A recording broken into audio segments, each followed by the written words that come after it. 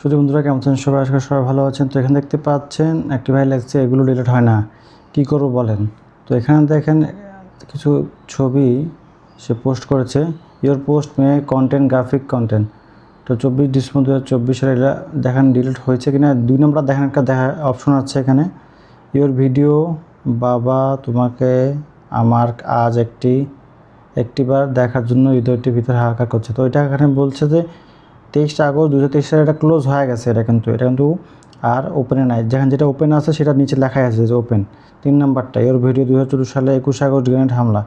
এটা একটু বিস্ফোরক সম্পর্কে কোনো ভিডিও হবে, সেটা তারা ধরছে। কিছু কিওয়ার্ড থাকে ফেসবুকে, কিওয়ার্ডগুলোকে তারা মার্কিং করে রাখে, যে গ্রেনেড লেখাটা, তারপরে হামলা লেখাটা, এগুলোকে আপনারা ইউজ করার সময় স্টার বা হ্যাশ দিয়ে, তারপরে হয়কার হা দিয়ে স্টার দিয়া, ম দিয়ে স্টার দিয়ে লা দিতে পারেন, তাহলে লেখাটি পোস্ট হবে। এই জন্য ভায়োলেশন দেখাচ্ছে। এটাকে আপনারা, এটা ওপেন আছে, এটাকে আপনার ক্লোজ করতে হবে। পরেরটাও আপনার দেখেন, এর ভিডিও নোয়াখালী বিচ্ছিন্ন দ্বীপ উপজেলা হাতিয়ার 8 বছরের শিশু আবেদা সুলতানা ও তার মা।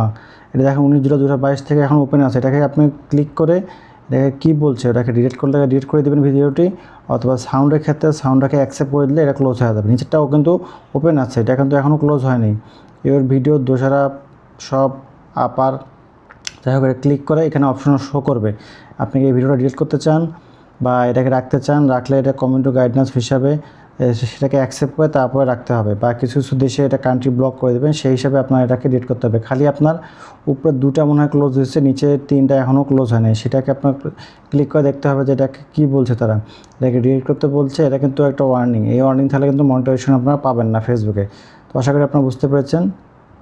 এটাকে আপনার ঢুকে 1 বাই 1 ক্লোজ করে দিতে হবে এবং ডিলিট করে দিতে হবে ভিডিওটি। আর না হলে ডিলিট করে দিয়ে পরবর্তী টেক্সটগুলো আপনি চেঞ্জ করে দিতে পারেন, যেটা বললাম আমরা। ধন্যবাদ।